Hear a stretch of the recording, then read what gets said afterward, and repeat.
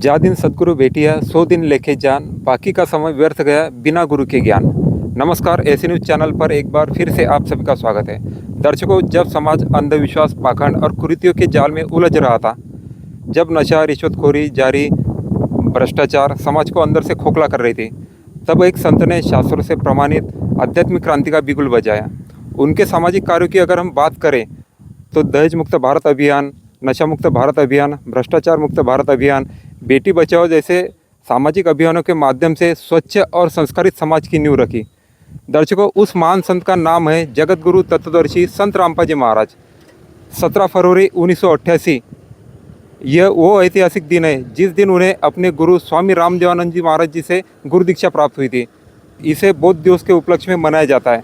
दिनांक 15, 16, 17 फरवरी 2026 को देश भर के 13 सतलोक आश्रमों में संत रामपाजी महाराज जी का 39वां बौद्ध दिवस बड़े धूमधाम से मनाया जा रहा है। तो दर्शकों, इस वक्त हम मौजूद है सतलोक आश्रम धौलपुरी, तहसील पारनेर, जिला अहिल्यानगर, महाराष्ट्र। यहाँ पर संत रामपाजी महाराज जी का 39वां बौद्ध दिवस बड़े धूमधाम से उनके शिष्यों द्वारा मनाया जा रहा है। तो इसके उपलक्ष्य में कौन कौन से सामाजिक और आध्यात्मिक कार्यक्रम यहाँ पर आयोजित होने वाले हैं, बौद्ध दिवस क्या है, इसकी सारी जानकारी अंदर चलकर हम आपको दिलाने वाले हैं। तो आप बने रहिए ऐसे न्यूज़ के साथ। अभी हम सतलोक आश्रम धौलपुरी के अंदर प्रवेश कर चुके हैं। तो यहाँ पर देख सकते हैं मेरे पीछे एक पार्किंग स्थल बनाया गया है जो कि बहुत बड़ा एरिया है और बहुत सारे जो सेवादार यहाँ पर आए उनके वाहन अभी यहाँ पर खड़े हैं। तो एक सेवादार हमसे जुड़ चुके हैं, उनसे यहाँ की जानकारी लेने की कोशिश करेंगे। नमस्कार सर। नमस्कार जी। जी, आपका नाम? मोहनदास नागपुर से आया हूँ। अच्छा सर, किस प्रकार से यहाँ की व्यवस्था बनाई गई है हम आपसे जानना चाहते हैं। भगत जी, यहाँ पे मालिक की दया से एक निःशुल्क पार्किंग सेवा लगी है जिसमें 2 व्हीलर सेवा है, 4 व्हीलर सेवा लगी है। ये सब सेवा निःशुल्क लगी है यहाँ पे। अच्छा, जो जो भी भंडारे की तरफ यहाँ पे संत रामपाजी महाराज के सानिध्य में 3 दिन का भंडारा रखा गया है, 15, 16 और 17 फरवरी 2026। तो यहाँ पे आज बाजू के और महाराष्ट्र के आजू मतलब बाकी जिलों से भी बहुत सारे संगत आने वाली है। उनकी व्यवस्था के लिए यहाँ पे पार्किंग सेवा रखी गई है जिसका कोई किसी प्रकार कोई चार्ज नहीं लिया जा रहा है। सर, आपसे जानना चाहेंगे कि कितने सेवादार यहाँ पर सेवा में लगे हैं। सर, यहाँ पे लगभग 50-60 सेवादार की सेवा लगी है जो 24 सेवा यहाँ पे चल रही है मालिक की दया से। ठीक है सर, धन्यवाद। तो दर्शकों, देखा आपने किस प्रकार से यहाँ पर जो इस समागम को लेकर जो श्रद्धालु यहाँ पर आने वाले हैं उनके लिए उनके वाहन खड़े करने के लिए यहाँ पर जो पार्किंग स्थल बनाया गया है वहाँ पर अपने पूरा निःशुल्क सेवा यहाँ पर सतलोक आश्रम की तरफ से दी जा रही है और बहुत सारे सेवादार यहाँ पर सेवा में बहुत से उपस्थित है ताकि किसी भी श्रद्धालुओं को किसी भी प्रकार की असुविधा ना हो, इसका पूरा ध्यान यहाँ पर रखा गया है।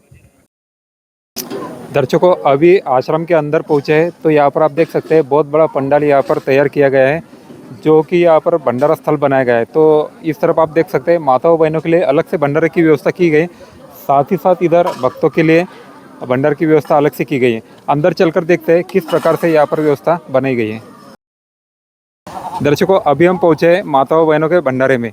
यहाँ पर आप देख सकते हैं बर्तनों की व्यवस्था यहाँ पर किस प्रकार से बनाई गई है। कुछ सेवादार यहाँ पर बैठे हैं, जो भी माताएं बहनें यहाँ पर आती है उनके लिए यहाँ पर प्लेट्स दिलवाई जाती है। आगे जब आप देखते हैं तो यहाँ पर भंडार की व्यवस्था की गई है। किस प्रकार से यहाँ पर कितनी बड़ी संख्या में यहाँ पर माताएं बहनें एक साथ भोजन कर सकते हैं, किस प्रकार से व्यवस्था बनी गई है। तो देख सकते हैं नीचे एक प्लास्टिक की मैटिंग डाली गई है और साथ ही साथ कुछ भोजन के लिए पट्टियाँ भी यहाँ पर डाली गई है। ठीक उसी प्रकार यहाँ पर भक्तों के लिए भंडार की व्यवस्था बनाई गई है। आप देख सकते हैं यहाँ पर भी कितनी बड़ी संख्या में एक साथ हजारों श्रद्धालु बैठकर भोजन कर सकते हैं।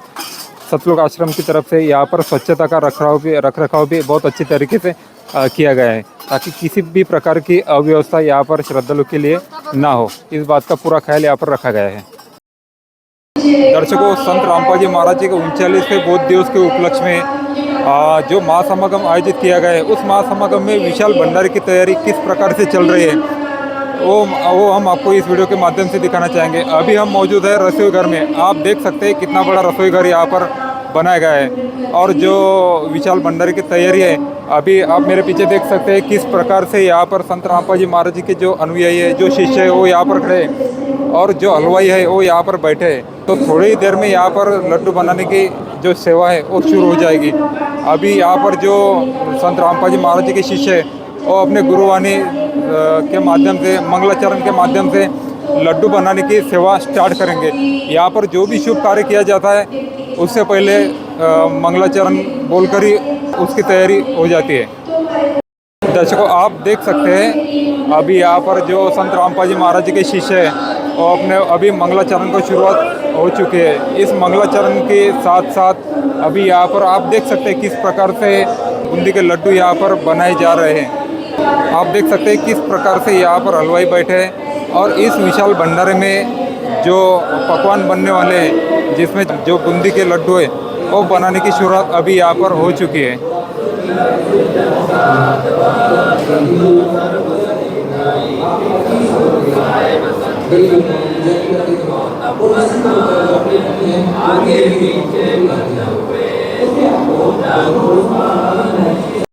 दर्शकों, अभी हमारे साथ इस रसोई घर में संत रामपाल जी महाराज जी के जो शिष्य हैं वो जुड़ चुके हैं। उनसे जानना चाहेंगे कि किस उपलक्ष्य में यह भंडारा आयोजित किया गया है। नमस्ते सर। साहिब जी, सर, हम आपसे जानना चाहेंगे कि संत रामपाल जी महाराज जी के जो भी कार्यों की शुरुआत होती है वहाँ पे जो मंगलाचरण होता है उसके पीछे क्या कारण है? हमारे गुरुजियों के आदेश हैं और ये मंगलाचरण एक आह्वान होता है सभी देवताओं का। और मंगलाचरण, मंगल का अर्थ शुभ होता है ना, अच्छा होता है। मंगला मतलब मंगल कार्य करने के लिए ये मंगलाचरण बोला जाता है और ये शास्त्रोक्त है। हमारे गुरुजी जो बताते हैं ये शास्त्रों के आधार से बताते हैं। इसी तरह से हमारे गुरुजियों के कार्य जो है वो स्टार्ट किए जाते हैं। अभी ये जो महाप्रसाद बूंदी का जो लड्डू है उसका महाप्रसाद बनाने की जो शुरुआत हो चुकी है वो कब तक चलेगी?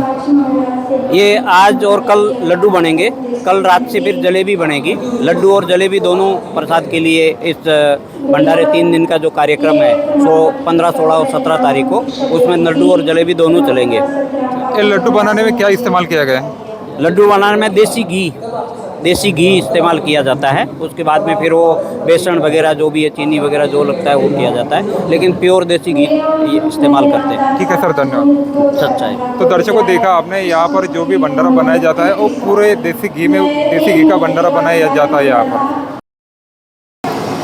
तो दर्शकों, आपने देखा किस प्रकार से उस तरफ बूंदी तैयार की जा रही थी और यहाँ पर आप देख सकते हैं कैमरा के माध्यम से कि कितनी बड़ी संख्या में यहाँ पर माताएं बहनें बैठी हैं जो यहाँ पर बूंदी के लड्डू तैयार कर रहे हैं।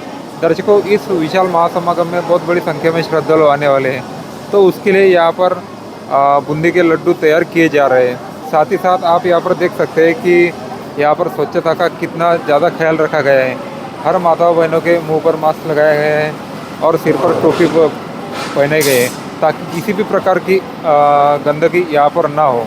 इस बात का पूरा ख्याल यहाँ पर रखा गया है। दर्शकों, अभी हम पहुँचे हैं आध्यात्मिक प्रदर्शनी में। हर समागम की तरह इस समागम में भी यहाँ पर आध्यात्मिक प्रदर्शनी का आयोजन किया गया है। तो इस बार इस आध्यात्मिक प्रदर्शनी में क्या दर्शाया जाएगा इसकी जानकारी हम आपको दिखाना चाहेंगे। यहाँ पर आप देख सकते हैं बहुत बड़ी तैयारी चल रही है। कुछ सेवादार भी यहाँ पर खड़े हैं, उनसे जानेंगे कि किस बात को लेकर ये तैयारी चल रही है। नमस्कार सर। सत्साहिब जी। जी, आपका नाम? जयंती दास। सर, कहाँ से आए आप? मुंबई से। सर, आपसे जानना चाहेंगे कि किस बात को लेकर ये प्रदर्शनी आयोजित की गई है?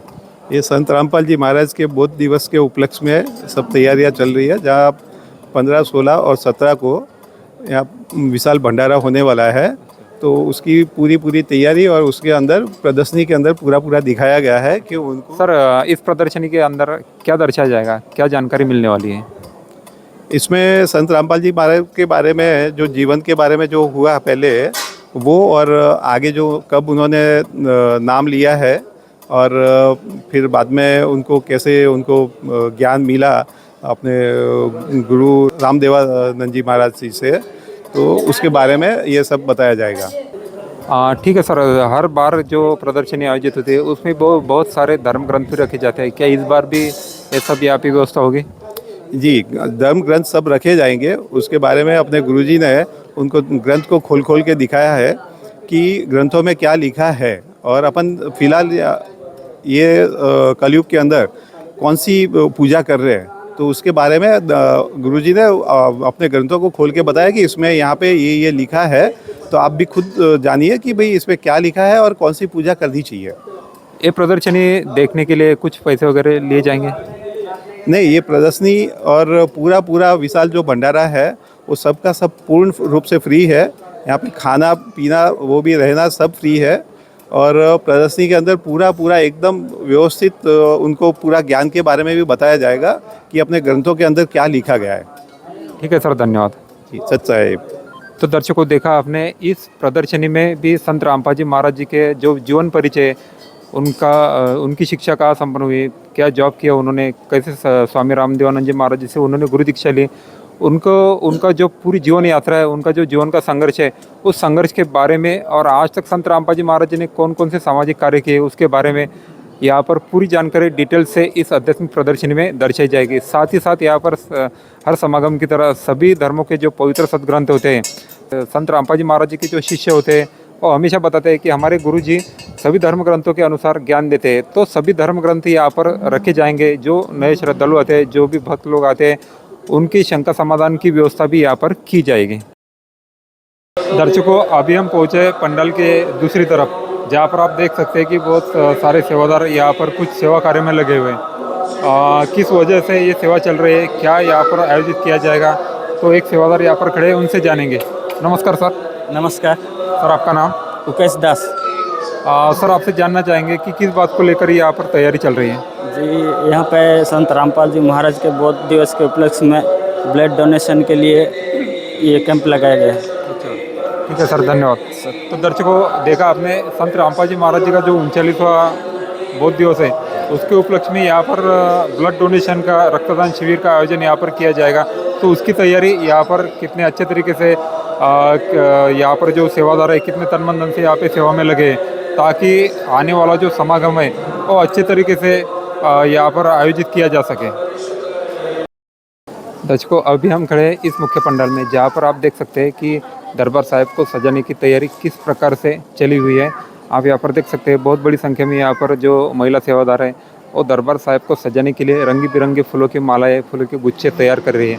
साथ ही साथ आप यहाँ पर देख सकते हैं जो फूलों के कितनी बड़ी संख्या में फूलों के गुच्छे तैयार हैं, कितनी बड़ी संख्या में यहाँ पर फ्लावर पॉट्स ही रखे गए हैं। इससे आप अंदाज़ा लगा सकते हैं कि इस बौद्ध दिवस को लेकर कितने अच्छे तरीके से यहाँ पर तैयारी शुरू है। दर्शकों, अभी हम खड़े हैं मुख्य पंडाल में और यहाँ पर आप देख सकते हैं कितने अच्छे तरीके से बहुत बड़ी संख्या में जो सेवादार है वो सेवाओं में लगे हुए हैं। साथ ही साथ कुछ छोटे बच्चे भी हमारे साथ यहाँ पर जुड़ चुके हैं, उनसे हम जानेंगे कि क्या तैयारी यहाँ पर चल रही है। नमस्ते बेटा। सत साहब जी। जी, आपका नाम? अयंतिका दासी। कहाँ से आए आप? पुणे, महाराष्ट्र। क्या सेवा कर रहे हैं आप यहाँ पर? हम यहाँ पर फूलों की सेवा कर रहे हैं। अच्छा, किस बात को लेकर ये तैयारी चल रही है? ये संत रामपाल जी महाराज के 39वें बौद्ध दिवस के उपलक्ष्य पर तैयारी चालू है। अच्छा, ये बौद्ध दिवस क्या होता है, आप बताना चाहेंगे?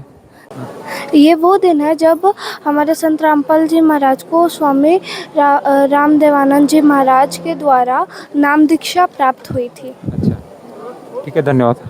नमस्ते। सच साहेब जी, आपका नाम? मेरा नाम वैष्णवी है। जैसा कि इन्होंने बताया कि यहाँ पर संत रामपाल जी महाराज जी के 39वें बौद्ध दिवस के उपलक्ष्य में ये समागम मनाया जा रहा है।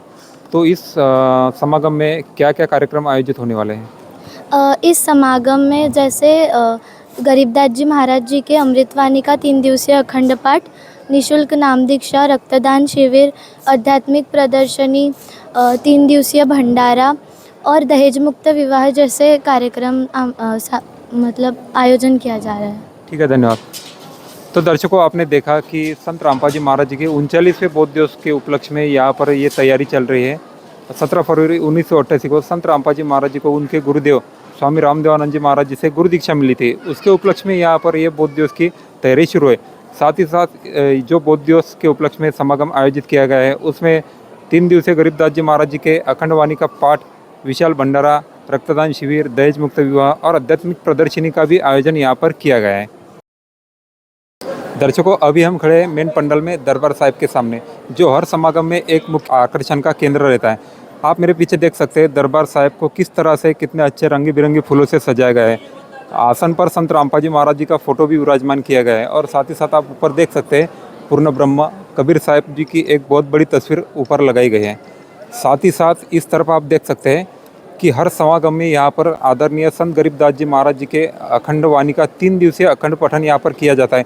उसकी तैयारी किस प्रकार से यहाँ पर चल रही है और आप देख सकते हैं बहुत बड़ी संख्या में यहाँ पर जो सेवादार हैं और यहाँ की व्यवस्था को संभाले हुए हैं और साथ ही साथ बहुत बड़े पैमाने पर यहाँ पर संत रामपाल जी महाराज जी के, कबीर साहिब जी के जो बैनर फ्लेक्स है वो भी यहाँ पर तैयार किए जा रहे हैं। किस प्रकार से यहाँ की तैयारी शुरू है ये आपको हमने दिखाया। साथ ही साथ उस तरफ माताओं बहनों के लिए भी गरीबदास जी महाराज जी के 3 दिवसीय अखंड पाठ की जो पठन की तैयारी है, ठीक साथ ही साथ इस साइड में भी माताओं बहनों के लिए की जाएगी। तो दर्शकों, आपने देखा संत रामपाल जी महाराज जी के 39वें बौद्ध दिवस के उपलक्ष्य में सतलुज आश्रम धौलपुरी में किस प्रकार से तैयारी की जा रही है। जो समागम दिनांक 15, 16, 17 फरवरी 2026 को आयोजित किया जाएगा, उसके तैयारी को लेकर पार्किंग की व्यवस्था, भंडार की व्यवस्था, दरबार साहिब की व्यवस्था, साथ ही साथ आध्यात्मिक प्रदर्शनी की व्यवस्था किस प्रकार से की गई है। आपने देखा बहुत बड़ी संख्या में यहाँ पर श्रद्धालु श्रद्धा और अनुशासन से अपना सेवा कार्य निभा रहे हैं ताकि आने वाले श्रद्धालुओं के लिए किसी भी प्रकार की अव्यवस्था न हो। इस प्रकार का पूरा ध्यान सतलुज आश्रम धौलपुरी की तरफ से यहाँ पर रखा गया है। धन्यवाद।